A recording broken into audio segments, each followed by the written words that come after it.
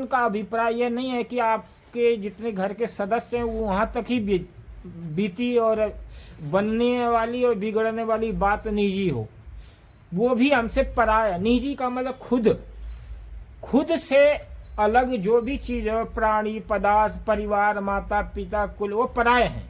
निजी केवल हमारी खुद की चेतना है, हमारा खुद का कर्म है, हमारा खुद का संस्कार है, ये हमारा निजी है।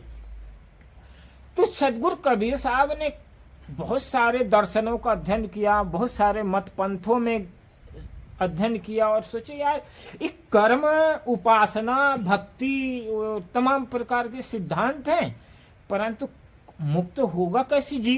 कुछ लोग कहते हैं भक्ति करो भगवान का तो मुक्ति मिलेगी, कुछ लोग कहते हैं सेवा करो तो मुक्ति मिलेगी, कुछ कर रहे हैं घर द्वार छोड़ करके चले जाओ वन में तो मुक्ति मिलेगी।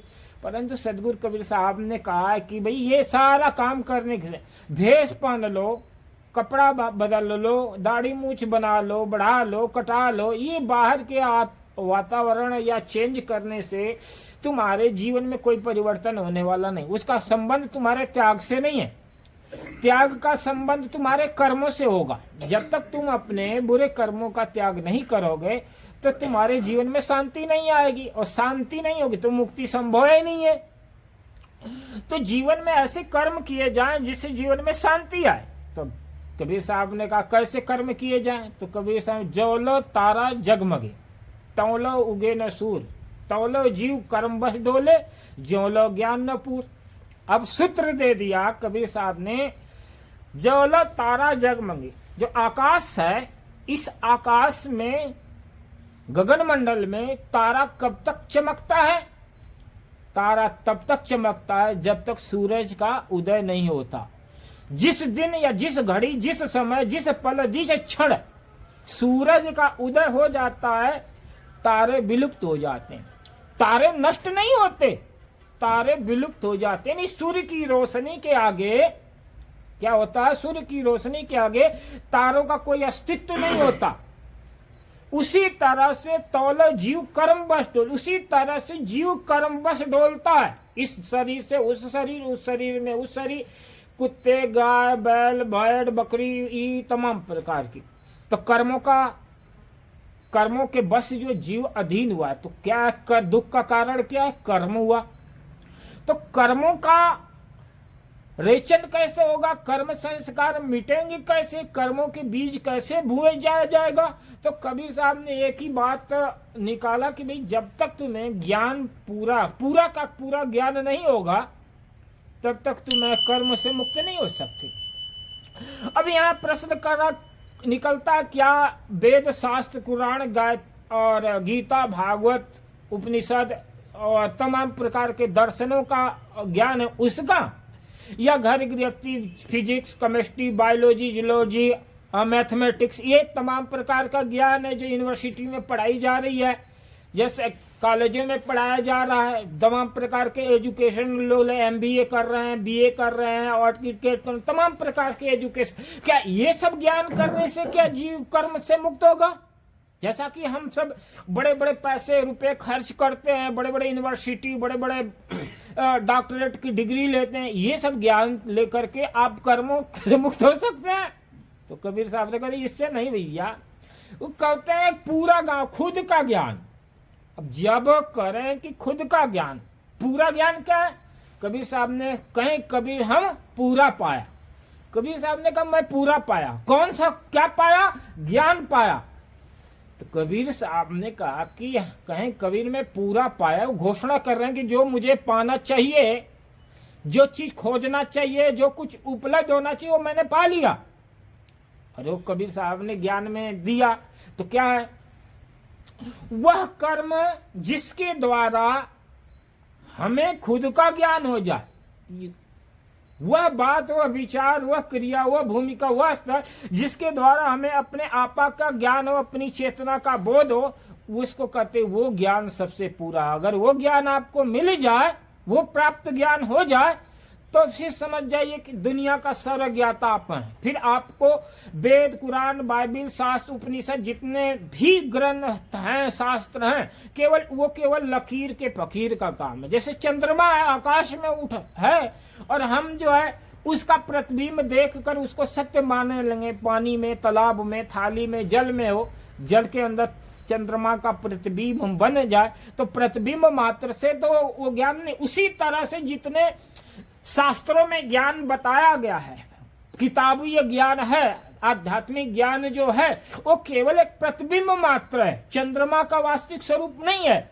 वास्तविक स्वरूप तो हमारी चेतना है, वहां उपलब्धि है।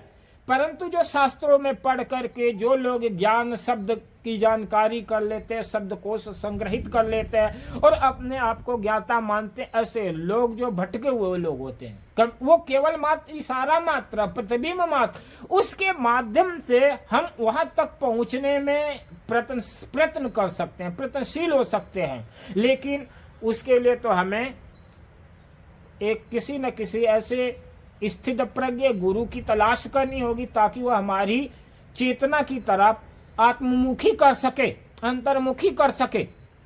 मैंने सुना, एक बार की बात है, एक राजा था और राजा बहुत शौक वाला था, शौकीन था। राजा तो शौकीन होते हैं, उनके पास सारा ऐश्वर्य होता है।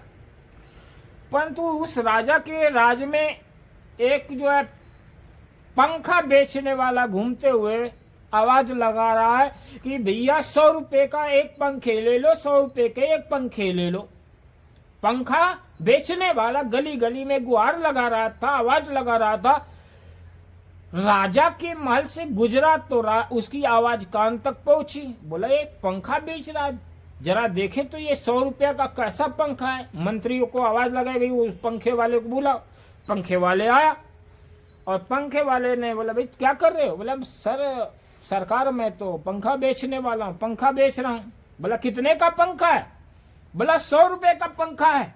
बोला, अच्छा, तो ये पंखा तो तुम बहुत ज्यादा रेट मांग रहे हो, 100 रुपया का पंखा नहीं, ये तो बाजार में 2-2 रुपये का पंखा है। बोला, ये पंखा ऐसा तैसा पंखा नहीं है, ये बहुत प्रसिद्ध पंखा है और ये 100 साल चलता है पंखा, ये जल्दी टूटता नहीं है, ये 100 साल पंखा चलेगा। राजा को भरोसा तो नहीं आया, लेकिन बोला कि तुम ठग तो नहीं रहे, धोखा तो नहीं दोगे?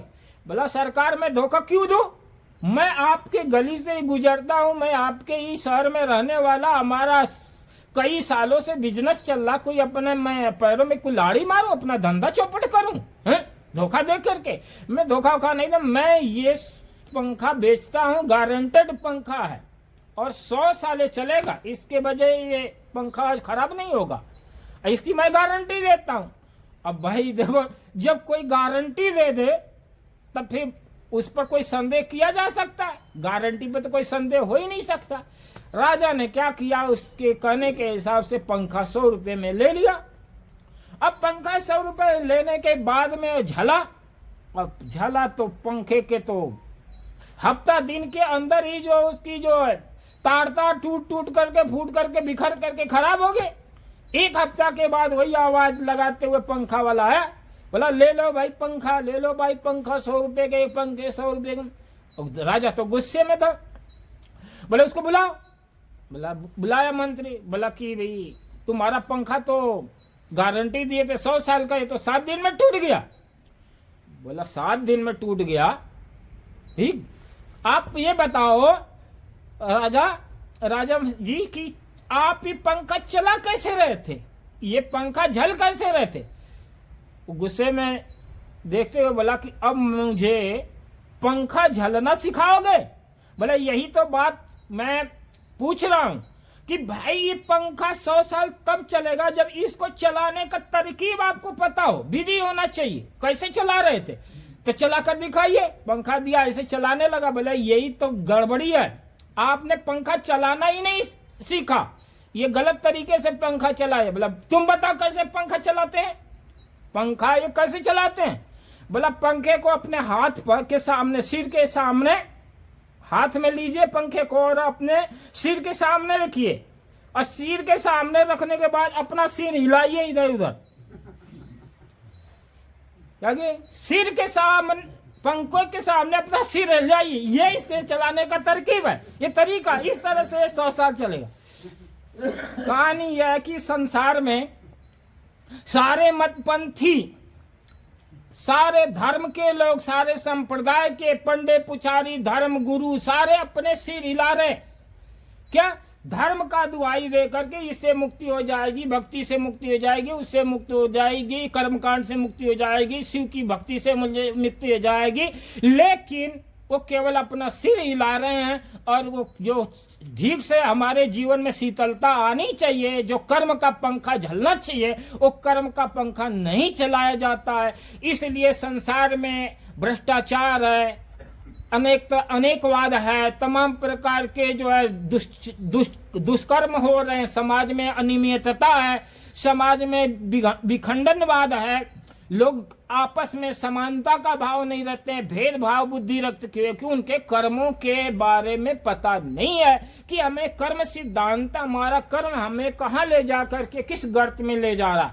लेकिन अगर जो व्यक्ति कर्म के सिद्धांत को समझ लेगा, कर्म का सुधार करेगा, वही व्यक्ति पूरा ज्ञानी हो सकता है। मुझे क्या बोलना है, कैसे बोलना है, किस समय किस जगह पर क्या बोलना है, ये बोलने की कला सीखनी है, एक बात। दूसरी बात है हमें क्या खाना है, हमें कैसा खाना है, ये दूसरी प्रक्रिया होती है। तीसरी बात होती है हमें कहाँ जाना है और हमें जाने के बाद हमें क्या वहां से प्राप्त होगा। तो कर्म से, वाणी से और मन से अगर हम तीनों के द्वारा अपने कर्म की सुचिता पर, अपनी कर्मों की निष्पक्षता के प्रति, अपने भावनाओं और अंतःकरण और मन की शुद्धि करेंगे, तो कबीर साहब का ये संदेश है कि यहाँ से कर्म की शुद्धि होती है।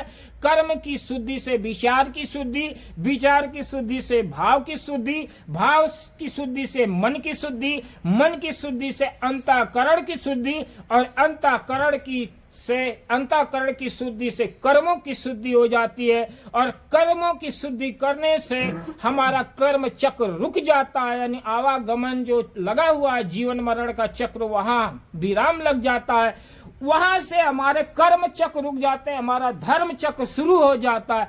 इसलिए हमें कर्म चक्र के फंदन में न पड़ के हमें धर्म चक्र की तरफ चलना चाहिए। और धर्म चक्र का प्रवर्तन अगर आपके जीवन में हो जाएगा तो एक न एक दिन अनंतो जन्म के बुरे कर्मों का कर्म नष्ट हो जाएंगे और आप जीवन मुक्त हो जाएंगे। इसलिए कबीर साहब ने कहा कि जीवन में अंधकार है, यानी गगन रूपी जो आकाश है, ये जो आपका हृदय ही आकाश है, इसमें संस्कारों के तारे चमक रहे हैं, क्योंकि अंधकार है, अज्ञानता रूपी अंधकार है अंतःकरण में, और वहां अच्छे बुरे कर्म संस्कारों के तारे चमक रहे हैं। जिस दिन आपके अंतःकरण में, आपके मन के अंदर अंतःकरण में, आपके जीवन में ज्ञान का उदय हो जाएगा, ज्ञान रूपी सूरज का उदय हो जाएगा, तो बुरे कर्म संस्कारों रूपी तारे लुप्त हो जाएंगे और आपको पूरा आत्मिक प्रकाश हो जाएगा, आत्मबोध हो जाएगा, आत्म साक्षात्कार हो जाएगा और कर्म चक्र से के बंधन से मुक्त पूरे ज्ञान को प्राप्त को जीवन मुक्त